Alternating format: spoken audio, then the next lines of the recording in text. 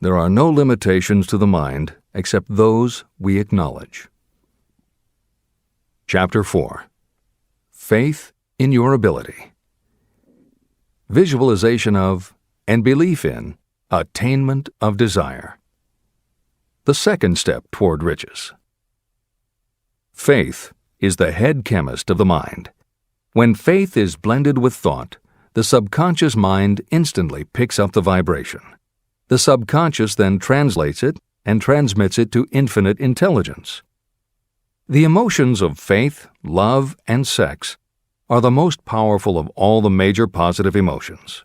When the three are blended, they have the effect of coloring thought in such a way that it instantly reaches the subconscious mind. There, it is changed into a form that induces a response from infinite intelligence. Editor's comments. In the preceding paragraph, Napoleon Hill uses two terms, faith and infinite intelligence, both of which may convey to the reader a religious connotation that Hill did not intend. The following will define the meaning of the words as Hill uses them in the following chapter. In modern usage, the word faith has become almost interchangeable with religious belief, which is not the way Hill uses the word. Faith, as it is used here, means having confidence, trust, and an absolute unwavering belief that you can do something. And in order for you to have faith in yourself as Hill means it, it has to be true on a subconscious level. If you have a nagging doubt in the back of your mind, or if you are just going through the motions of pretending you believe, it won't work because your subconscious will know your doubts. Unless you have absolute total confidence, unless you are convinced without question, then you don't have faith. Hill uses the term infinite intelligence to identify that part of the human mind and thinking process that produces hunches, flashes of insight, and leaps of logic. Hill's concept has similarities to what psychologist Carl Jung called the collective unconscious. And on another level, it is very close to what contemporary psychologists refer to as working in the flow state, or being in the zone. Infinite intelligence is discussed in greater depth in later chapters. Hill also uses another term, the subconscious mind, that should be commented on before the reader proceeds with this chapter. Although there are differing schools of thought, in general, modern psychology developed from the pioneering work of Sigmund Freud and Carl Jung. Each believed that the human mind operates on both a conscious and an unconscious level, but they differed on the role the subconscious plays and the way it influences attitude and action. Through his own research and studies, Napoleon Hill developed a theory of the conscious and subconscious that is closest to the Jungian view. The following briefly describes the basis of Hill's view. The conscious mind. Your conscious mind receives information through the five senses of sight, smell, taste, hearing, and touch. Your conscious mind keeps track of what you need for thinking and operating, and it filters out what you don't need. Your conscious mind, and what your memory retains, is the intelligence with which you normally think, reason, and plan. The subconscious mind. Your subconscious has access to all the same information your conscious mind receives, but it doesn't reason the way your conscious mind does. It takes everything literally. It doesn't make value judgments. It does not filter, and it does not forget. You cannot command your conscious mind to reach out and dip into your subconscious mind. However, under certain circumstances, all those forgotten facts and ideas that are always there in your subconscious can, if they are firmly rooted, influence your conscious attitudes and actions. This is the end of the editor's comments. How to develop faith.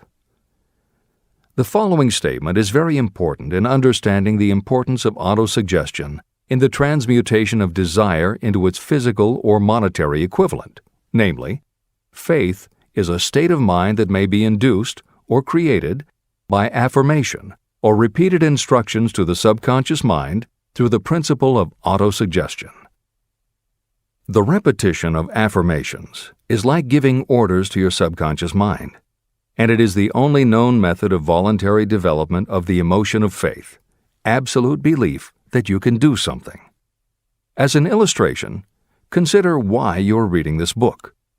You want to acquire the ability to transmute the intangible thought impulse of desire into its physical counterpart, money. By following the instructions laid down in the later chapters on autosuggestion and the subconscious mind, you will learn techniques to convince your subconscious mind that you believe you will receive that for which you ask. Your subconscious will act upon that belief and pass it back to you in the form of faith, followed by definite plans for procuring that which you desire. Faith in yourself and your abilities is a state of mind that you will be able to develop at will after you have mastered the 13 principles in this book. This is true because faith is a state of mind that will develop naturally within you when you use and apply these principles. The emotions, or the feeling portion of thoughts, are what give your thoughts vitality, life, and action. The emotions of faith, love, and sex, when mixed with any thought impulse, give it even greater action. All thoughts that have been emotionalized, given feeling, and mixed with faith, absolute belief in your ability, begin immediately to translate themselves into their physical equivalent or counterpart. However, this is not only true of thought impulses that have been mixed with faith, but it is true with any emotion, including negative emotions.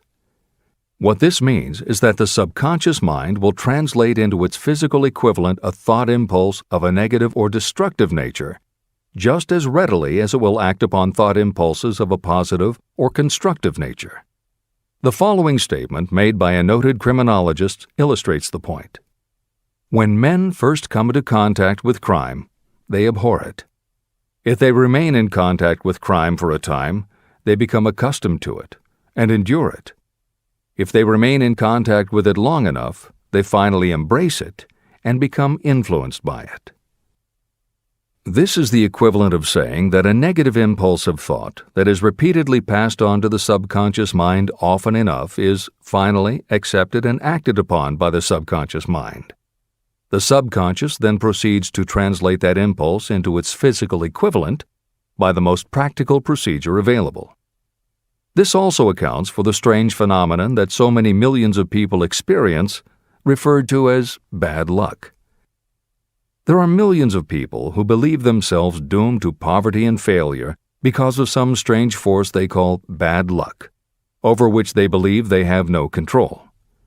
But the truth is that they are the creators of their own misfortunes, because this negative belief in bad luck is picked up by the subconscious mind and translated into its physical equivalent. Your belief, or faith, is the element that will determine the action of your subconscious mind. Once again, let me stress that you will benefit by passing on to your subconscious mind any desire that you wish translated into its physical or monetary equivalent in a state of expectancy or belief that the transmutation will actually take place. The subconscious mind will transmute into its physical equivalent, by the most direct and practical way available, any order that is given to it in a state of belief or faith that the order will be carried out. At this point, it should also be noted that because of the way that the subconscious operates, there is nothing to stop you from deceiving your subconscious mind when giving it instructions through autosuggestion. That is what I did when I deceived my son's subconscious mind.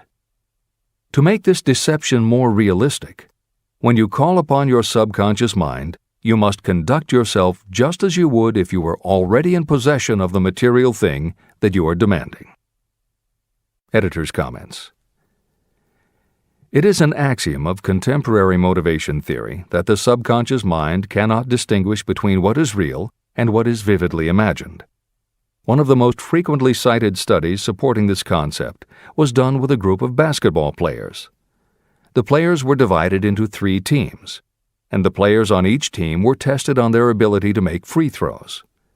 The teams were then separated for a period of time, and each team was given instructions which they were told would improve their abilities. One team was instructed to practice making baskets on a daily basis.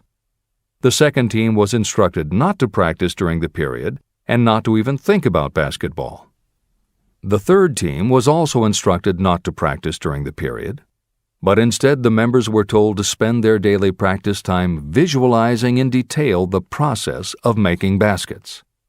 At the end of the experiment, the teams were again tested. The team that rested showed a decrease in ability. The team that practiced showed a marked increase in ability. And the team that didn't practice but visualized making baskets showed an increase in ability almost equal to those who had practiced daily. As Hill says, you can deceive your subconscious through autosuggestion. If you convincingly plant an idea in your subconscious will accept and work with the idea as though it were a fact. But the key word is convincingly. If you try to send a message to your subconscious, but in the back of your mind you have a nagging doubt whether it will work, your subconscious will pick that up also. You will have sent mixed messages that cancel each other out. That is why Hill stresses the importance of doing it with faith. Your subconscious will not judge if it is true or false, positive or negative, but it does respond to the power of the input, how emotionalized the thought is. This is the end of the editor's comment. It is essential for you to encourage the positive emotions as the dominating forces of your mind. But faith in yourself doesn't come from merely reading instructions. Now that you understand the theory, you must begin to apply it. By experimenting and practicing, you will develop your ability to mix faith with any order you give to your subconscious. When you have faith in your ability, then you can give your subconscious mind instructions, which it will accept and act upon immediately. When your mind is dominated by positive emotions, it will encourage the state of mind known as faith. Faith in yourself is a state of mind that you can create by autosuggestion. All through the ages, religious leaders have admonished people to have faith. They say to have faith in this, that, and the other dogma or creed, but they have failed to tell people how to have faith. They have not stated that faith is a state of mind that may be induced by self-suggestion. In language that anyone can understand, this book explains the principle through which faith in your ability to accomplish a goal may be developed where it does not already exist. Before we begin, you should be reminded again that faith is the eternal elixir that gives life, power, and action to the impulse of thought. Faith is the starting point of all accumulation of riches. Faith is the basis of all miracles and of all mysteries that cannot be analyzed by the rules of science. Faith is the only known antidote for failure. Faith is the element that, when mixed with desire, gives you direct communication with infinite intelligence. Faith is the element that transforms the ordinary vibration of thought created by the human mind into the spiritual equivalent. Faith is the only way the force of infinite intelligence can be harnessed and used. The magic of self-suggestion. It is a fact that you will come to believe whatever you repeat to yourself, whether the statement is true or false. If you repeat a lie over and over, you will eventually accept that lie as truth. Moreover, you will believe it to be the truth. You are what you are because of the dominating thoughts that you permit to occupy your mind. Thoughts that you deliberately place in your own mind and encourage with sympathy, and with which you mix any one or more of the emotions, constitute the motivating forces that direct and control your every movement, act, and deed. The following sentence is a very significant statement of truth. Thoughts that are mixed with any of the feelings of emotions become like a magnetic force, which attracts other similar or related thoughts. A thought that is magnetized with one of the emotions may be compared to a seed. When it is planted in fertile soil, it germinates, grows, and multiplies itself over and over again. What was originally one small seed becomes countless millions of seeds of the same kind. The human mind is constantly attracting vibrations that are in sync with whatever dominates the mind. Any thought, idea, plan, or purpose that you hold in your mind attracts a host of its relatives.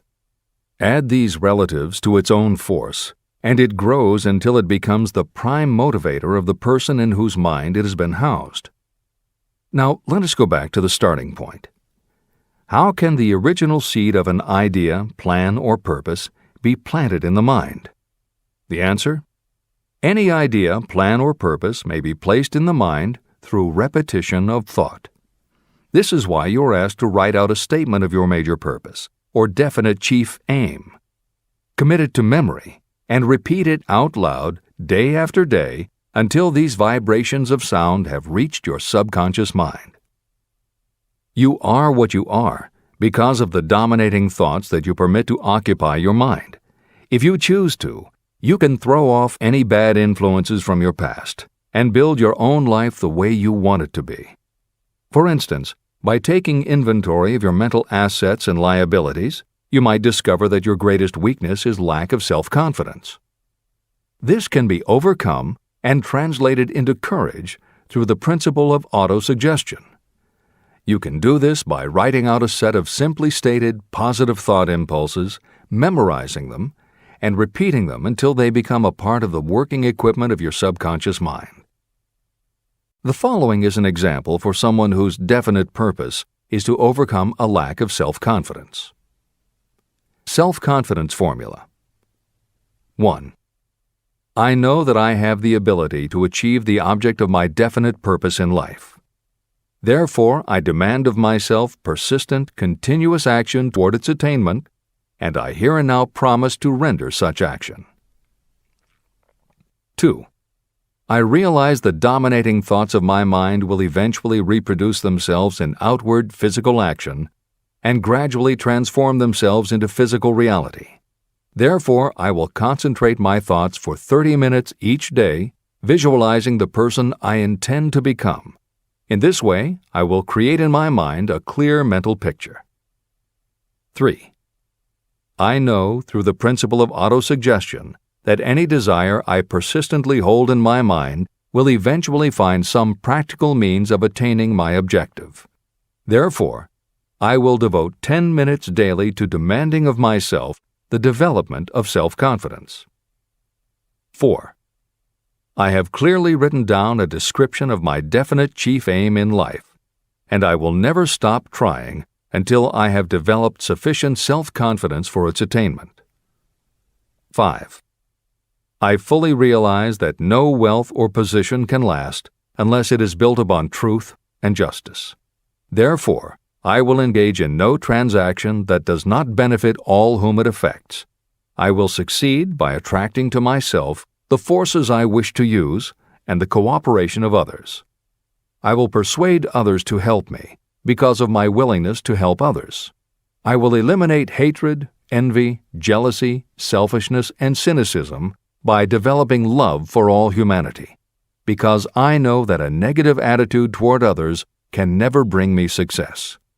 I will cause others to believe in me because I will believe in them and in myself. I will sign my name to this formula, commit it to memory, and repeat it aloud once a day, with full faith that it will gradually influence my thoughts and actions so that I will become a self-reliant and successful person. Behind this formula is a law of nature that psychologists call autosuggestion or self-suggestion. It is a proven technique that will work for your success if it is used constructively. On the other hand, if used destructively, it will destroy just as readily. In this statement may be found a very significant truth, namely that those who go down in defeat and end their lives in poverty, misery, and distress do so because of negative application of the principle of autosuggestion. All impulses of thought have a tendency to clothe themselves in their physical equivalent. The disaster of negative thinking. The subconscious mind makes no distinction between constructive and destructive thought impulses. It works with the material we feed it through our thought impulses.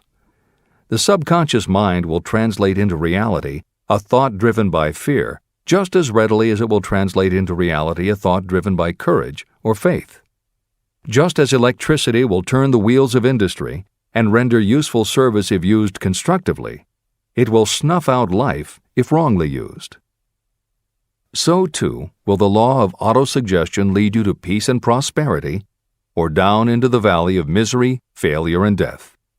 It depends on your degree of understanding and application of it. If you fill your mind with fear or doubt, and if you do not believe in your ability to connect with and use the forces of infinite intelligence, then you will not be able to use those forces. The law of autosuggestion will take your lack of belief and use that doubt as a pattern by which your subconscious mind will translate it into its physical equivalent. Editor's comments. When you have faith in your ability to accomplish what you want, it not only firmly plants ideas in your subconscious, but it then works to reinforce itself. When you have faith in your abilities, part of what you must have faith in is that it is possible to tap into infinite intelligence. And because you have faith that it will work, your conscious mind won't be resistant. When your conscious doesn't resist, your subconscious mind can send creative ideas to your conscious mind more easily. Then, the more you see the power working in your life, the easier it is for you to act on faith the next time. Will it work for you? You will never know unless you relax your resistance and just have faith that it will. This is the end of the editor's comment. Like the wind that carries one ship east and another west, the law of autosuggestion will lift you up or pull you down according to the way you set your sails of thought. The law of autosuggestion, through which any person may rise to altitudes of achievement that stagger the imagination, is well described in the following verse. Observe the words that have been emphasized, and you will catch the deep meaning that the poet had in mind. If you think you are beaten, you are.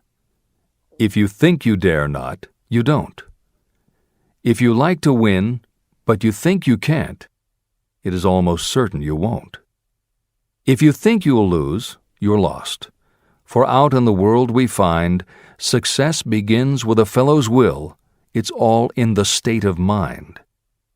If you think you are outclassed, you are. You've got to think high to rise. You've got to be sure of yourself before you can ever win a prize.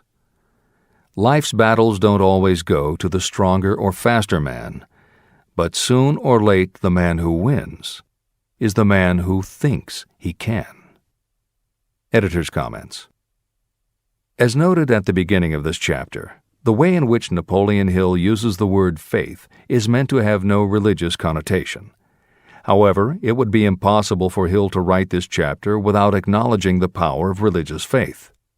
Therefore, in the following 2 paragraphs, when Hill discusses Jesus Christ and Mahatma Gandhi as exemplifying the power of faith, he is referring to their personal faith, the absolute trust in his beliefs that Jesus exhibited, and Gandhi's total conviction and confidence in his cause. In this way, they perfectly exemplify thought impulse mixed with faith. This is the end of the editor's comment. If you wish evidence of the power of faith, study the achievements of men and women who have employed it. At the head of the list comes the Nazarene. The basis of Christianity is faith, no matter how many people may have perverted or misinterpreted the meaning of this great force. The sum and substance of the teachings and the achievements of Christ, which may have been interpreted as miracles, were nothing more nor less than faith. If there are any such phenomena as miracles, they are produced only through the state of mind known as faith. Consider Mahatma Gandhi of India, one of the most astounding examples of the possibilities of faith. Gandhi wielded more potential power than any man living in his time, and he had this power despite the fact that he had none of the orthodox tools of power, such as money, battleships, soldiers, and materials of warfare. Gandhi had no money, no home. He did not own a suit of clothes, but he did have power. How did he come by that power? He created it out of his understanding of the principle of faith and through his ability to transplant that faith into the minds of 200 million people. Gandhi accomplished the astounding feat of influencing 200 million minds to coalesce and move in unison as a single mind. What other force on earth, except faith, could do as much. 6. How an idea built a fortune. Editor's comment. Although the following story is not exclusively about faith, and it makes no mention of autosuggestion or the subconscious mind, Napoleon Hill included it at this point in every edition of Think and Grow Rich. In fact, as Hill says, this story illustrates at least 6 of the 13 principles of success, but faith is at the center of it. If the central figure, Charles M. Schwab, had not mixed his big idea with absolute unwavering faith that he could pull it off, the whole history of American business would have been different. This is the end of the editor's comment. The event chosen for this illustration dates back to 1900, when the United States Steel Corporation was being formed. As you read the story, keep in mind the following fundamental facts and you will understand how ideas have been converted into huge fortunes. First, the United States Steel Corporation was born in the mind of Charles M. Schwab in the form of an idea he created through his imagination. Second, he mixed faith with his idea. Third, he formulated a plan for the transformation of his idea into physical and financial reality. Fourth, he put his plan into action with his famous speech at the University Club. Fifth, he applied and followed through on his plan with persistence and backed it with firm decision until it had been fully carried out. Sixth, he prepared the way for success by a burning desire for success. If you are one of those who have often wondered how great fortunes are accumulated, this story of the creation of the United States Steel Corporation will be enlightening. If you have any doubt that a person can think and grow rich, this story should dispel that doubt. You can plainly see in the story of United States Steel the application of a major portion of the principles described in this book. This astounding description of the power of an idea was dramatically told by John Lowell in the New York World Telegram, with whose courtesy it is here reprinted. Editor's comments. In order for the modern reader to fully appreciate the following newspaper story, it is appropriate at this point to provide some background information about the main players. Charles M. Schwab was Andrew Carnegie's right-hand man and president of the Carnegie Steel Corporation. Andrew Carnegie was a wealthy and powerful steel baron whose company controlled 25% of the iron and steel production in America. J.P. Morgan was a wealthy and powerful Wall Street banker whose company had arranged the financing for many of the major industrial companies in America at the beginning of the 20th century. All the reader needs to know about the other men mentioned in the story is that at the beginning of the 20th century, finance, business, and industry were dominated by a few hundred men, most of whom had amassed great fortunes through some connection with the railroads that had opened the country. These people were well known to readers of the New York World Telegram because of their financial influence. And that sets the stage for the following newspaper article, which is not only a fascinating story about the power of faith in an idea, but also a wonderful example of the irreverent writing style that was used by many newspaper journalists of the day. This is the end of the editor's comment. A pretty after-dinner speech for $1 billion.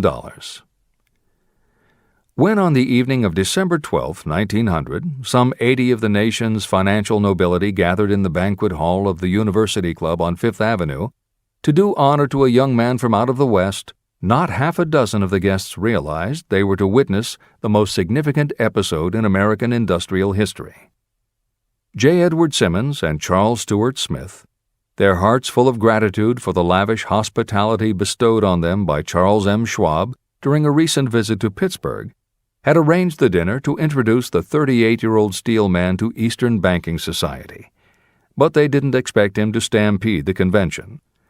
They warned him, in fact, that the bosoms within New York's stuffed shirts would not be responsive to oratory, and that if he didn't want to bore the Stillmans and Harrimans and Vanderbilts, he had better limit himself to 15 or 20 minutes of polite vaporings and let it go at that. Even John Pierpont Morgan, sitting on the right hand of Schwab as became his imperial dignity, intended to grace the banquet table with his presence only briefly. and so far as the press and public were concerned, the whole affair was of so little moment that no mention of it found its way into print the next day. So the two hosts and their distinguished guests ate their way through the usual 7 or 8 courses. There was little conversation, and what there was of it was restrained. Few of the bankers and brokers had met Schwab, whose career had flowered along the banks of the Monongahela, and none knew him well. But before the evening was over, they, and with them Money Master Morgan, were to be swept off their feet, and a billion-dollar baby, the United States Steel Corporation, was to be conceived. It is perhaps unfortunate for the sake of history that no record of Charlie Schwab's speech at the dinner ever was made. It is probable, however, that it was a homely speech, somewhat ungrammatical, for the niceties of language never bothered Schwab, full of epigram and threaded with wit. But aside from that, it had a galvanic force and effect upon the 5 billions of estimated capital that was represented by the diners. After it was over, and the gathering was still under its spell, although Schwab had talked for 90 minutes, Morgan led the orator to a recessed window where, dangling their legs from the high, uncomfortable seat, they talked for an hour more. The magic of the Schwab personality had been turned on full force, but what was more important and lasting was the full-fledged, clear-cut program he laid down for the aggrandizement of steel. Many other men had tried to interest Morgan in slapping together a steel trust after the pattern of the biscuit, wire and hoop, sugar, rubber, whiskey, oil, or chewing gum combinations. Editor's comments. The Random House College Dictionary defines a trust as an illegal combination of industrial or commercial companies in which the stock is controlled by a central board of trustees, thus making it possible to control prices and destroy competition. Many of America's new industrial companies had grown so quickly that they were not yet profitable. They were saddled with huge debt incurred in raising the capital to finance their rapid expansion, and at the same time they were faced with having to cut costs and slash prices or go out of business. The answer for many was to join up with others in related industries to form what were called trusts or combinations. Although trusts were illegal since the passage of the Sherman Antitrust Act in 1890, companies still tried to find ways to monopolize their industries, and if their efforts weren't technically trusts, they were something very close. The one thing the large company owners who assembled these trusts needed was cash to buy up the many smaller companies they would have to own in order to effectively dominate an industry. J.P. Morgan was the banker who financed many such takeovers. This is the end of the editor's comment. John W. Gates, the gambler, had urged it, but Morgan distrusted him. The Moore boys, Bill and Jim, Chicago stock jobbers who had glued together a match trust and a cracker corporation, had urged it and failed. Elbert H. Gary, the sanctimonious country lawyer, wanted to foster it, but he wasn't big enough to be impressive. Until Schwab's eloquence took J.P. Morgan to the heights from which he could visualize the solid results of the most daring financial undertaking ever conceived, the project was regarded as a delirious dream of easy-money crackpots. The financial magnetism that began a generation ago to attract thousands of small and sometimes inefficiently managed companies into large and competition-crushing combinations had become operative in the steel world through the devices of that jovial business pirate, John W. Gates.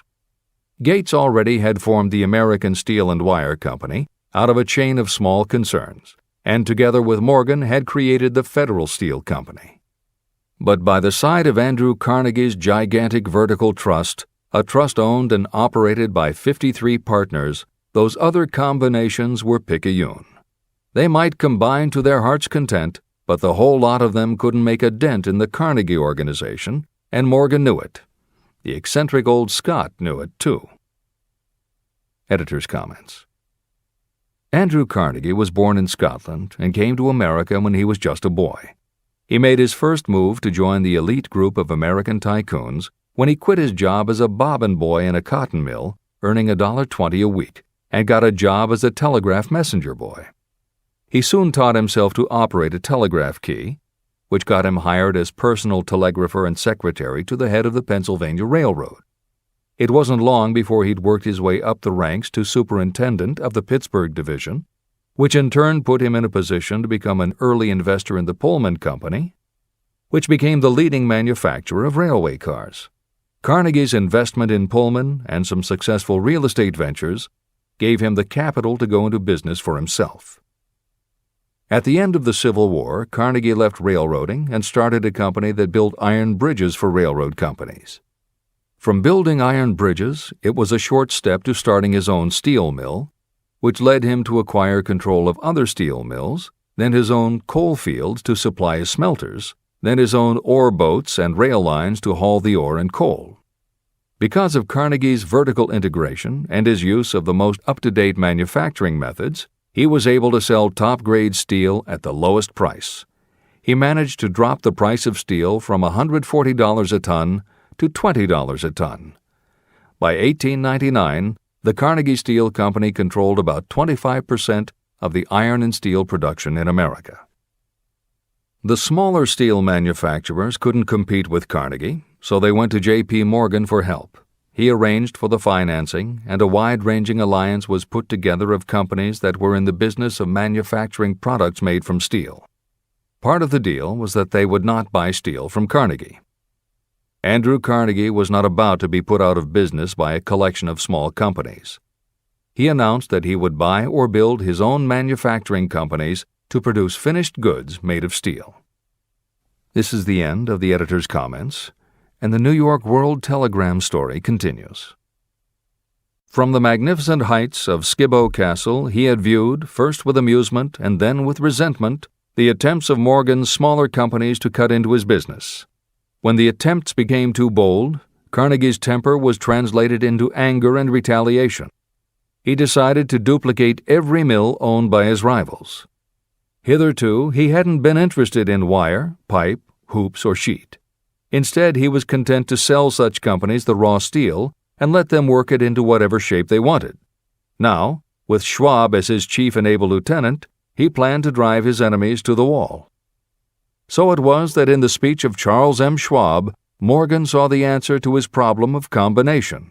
A trust without Carnegie, giant of them all, would be no trust at all, a plum pudding, as one writer said, without the plums. Schwab's speech on the night of December 12, 1900, undoubtedly carried the inference, though not the pledge, that the vast Carnegie enterprise could be brought under the Morgan tent. He talked of the world future for steel, of reorganization for efficiency, of specialization, of the scrapping of unsuccessful mills and concentration of effort on the flourishing properties, of economies in the ore traffic, of economies in overhead and administrative departments, of capturing foreign markets. More than that, he told the buccaneers among them wherein lay the errors of their customary piracy. Their purposes, he inferred, had been to create monopolies, raise prices, and pay themselves fat dividends out of privilege. Schwab condemned the system in his heartiest manner. The short-sightedness of such a policy, he told his hearers, lay in the fact that it restricted the market in an era when everything cried for expansion. By cheapening the cost of steel, he argued, an ever-expanding market would be created. More uses for steel would be devised, and a goodly portion of the world trade could be captured. Actually, though he did not know it, Schwab was an apostle of modern mass production. Editor's comments. For J.P. Morgan, all of Schwab's talk about economies of scale and expanding markets meant only one thing. Until that night, it was assumed that Andrew Carnegie would continue building his own manufacturing companies to compete with the steel trusts that Morgan had helped put together. Morgan knew that for Carnegie to do so would require an enormous amount of capital, and Morgan also knew that Carnegie had always been strongly against raising money by selling stock in his company. What Schwab seemed to be implying was that rather than going to Wall Street for the money needed to fight the trusts, Carnegie might be interested in selling his business. This is the end of the editor's comment.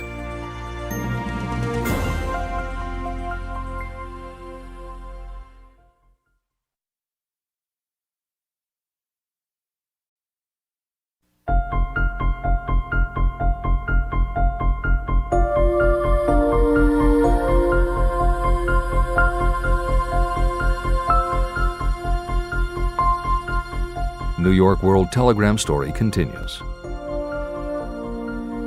So the dinner at the University Club came to an end. Morgan went home to think about Schwab's rosy predictions.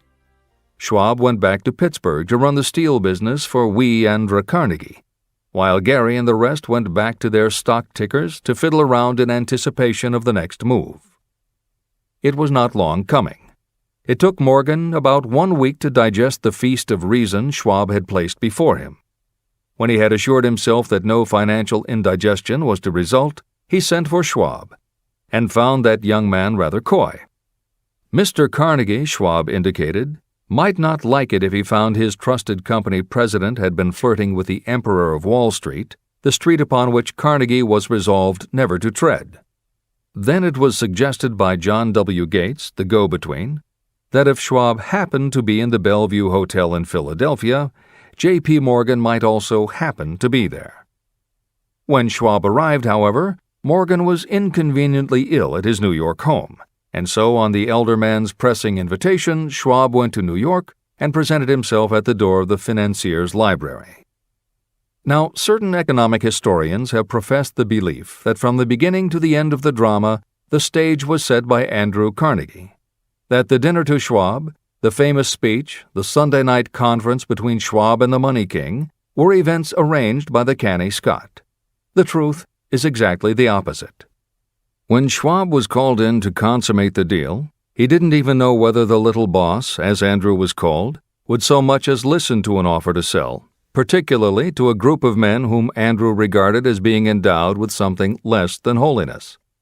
But Schwab did take into the conference with him, in his own handwriting, 6 sheets of copperplate figures representing to his mind the physical worth and the potential earning capacity of every steel company he regarded as an essential star in the new metal firmament.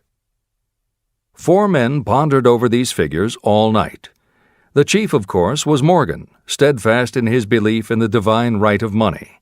With him was his aristocratic partner, Robert Bacon, a scholar and a gentleman. The third was John W. Gates, whom Morgan scorned as a gambler and used as a tool. The fourth was Schwab, who knew more about the processes of making and selling steel than any whole group of men then living. Throughout that conference, the Pittsburgher's figures were never questioned. If he said a company was worth so much, then it was worth that much and no more. He was insistent, too, upon including in the combination only those concerns he nominated. He had conceived a corporation in which there would be no duplication, not even to satisfy the greed of friends who wanted to unload their companies upon the broad Morgan shoulders. When dawn came, Morgan rose and straightened his back. Only one question remained. "Do you think you can persuade Andrew Carnegie to sell?" he asked. "I can try," said Schwab. "If you can get him to sell, I will undertake the matter," said Morgan. So far, so good. But would Carnegie sell? How much would he demand? Schwab thought about $320 million. What would he take payment in? Common or preferred stocks? Bonds? Cash? Nobody could raise $350 million in cash. There was a golf game in January on the frost-cracking heath of the St. Andrews Links in Westchester, with Andrew bundled up in sweaters against the cold and Charlie talking volubly as usual to keep his spirits up. But no word of business was mentioned until the pair sat down in the cozy warmth of the Carnegie cottage nearby. Then, with the same persuasiveness that had hypnotized 80 millionaires at the University Club, Schwab poured out the glittering promises of retirement and comfort, of untold millions to satisfy the old man's social caprices. Carnegie capitulated, wrote a figure on a slip of paper, handed it to Schwab and said, "All right, that's what we'll sell for." The figure was approximately $400 million, and was reached by taking the $320 million mentioned by Schwab as a basic figure, and adding to it $80 million to represent the increased capital value over the previous 2 years. Later, on the deck of a transatlantic liner, the Scotsman said ruefully to Morgan, "I wish I had asked you for $100 million more." "If you had asked for it, you'd have gotten it," Morgan told him cheerfully. There was an uproar, of course. A British correspondent cabled that the foreign steel world was appalled by the gigantic combination. President Hadley of Yale declared that unless trusts were regulated, the country might expect an emperor in Washington within the next 25 years. But that able stock manipulator Keene went at his work of shoving the new stock at the public so vigorously that all the excess water, estimated by some at nearly $600 million, was absorbed in a twinkling. So Carnegie had his millions, and the Morgan Syndicate had $62 million for all its trouble, and all the boys, from Gates to Gary, had their millions. Editor's comment. The 38-year-old Charles M. Schwab had his reward too. He was made president of the new corporation, United States Steel, and remained in control until 1930. When Schwab left U.S. Steel, he went on to found the mammoth Bethlehem Steel Corporation, of which he also became president. This is the end of the editor's comment. Riches begin with thought. The dramatic story of big business that you have just finished is a perfect illustration of the method by which desire can be transmuted into its physical equivalent. That giant organization was created in the mind of one man. The plan by which the organization was provided with the steel mills that gave it financial stability was created in the mind of the same man. His faith, his desire, his imagination, his persistence were the real ingredients that went into United States Steel. The steel mills and equipment acquired by the corporation, after it had been brought into legal existence, were incidental. However, careful analysis reveals that the appraised value of the properties acquired by the corporation increased in value by an estimated $600 million, approximately $12 billion today. The increase in value of the assets is attributable to the mere transaction that consolidated them under one management. In other words, Charles M. Schwab's idea, plus the faith with which he conveyed it to the minds of J.P. Morgan and the others, was marketed for a profit of approximately $600 million. Not an insignificant sum for a single idea. The United States Steel Corporation prospered and became one of the richest and most powerful corporations in America, employing thousands of people, developing new uses for steel and opening new markets, thus proving that the $600 million in profit that the Schwab idea produced was earned. Riches begin in the form of thought. The amount is limited only by the person in whose mind the thought is put into motion. Faith removes limitations. Remember this when you are ready to bargain with life for whatever it is that you ask as your price for having passed this way. Editor's comments. In the years since that article appeared in the New York World Telegram, the well-told business story has become its own genre within the publishing industry. There are best-selling books and biographies by and about the insiders who run every industry. The editors of this edition of Think and Grow Rich strongly encourage you to sample some of these books. They can be entertaining and inspirational, and in them you will be able to see examples of Hill's principles of success at work in the real world. The best of them are not only entertaining and inspirational, but they are filled with ideas and techniques you can adapt and use. There are literally too many bestsellers from which to select a best of listing for inclusion here. Any such choice the editors might make would not necessarily be the best, but merely reflective of the interests of the person doing the choosing. However, there are two books the editors recommend that are not by or about a single individual or industry. These books are In Search of Excellence by Tom Peters and Breakthroughs by P.R. Nyack and John M. Ketteringham. Each of these books deals with a broad spectrum of industries, and within each industry they single out certain companies and individuals for analysis. Both were published at the beginning of the business book trend in the 1980s, but there are few books since then that better convey the importance of faith in a good idea. In Search of Excellence, chosen by a panel of experts as the most influential book of the past 20 years, was a runaway bestseller and will likely be in print for years to come. Breakthroughs may be harder to find, but it will be well worth the effort. This is the end of the editor's comments.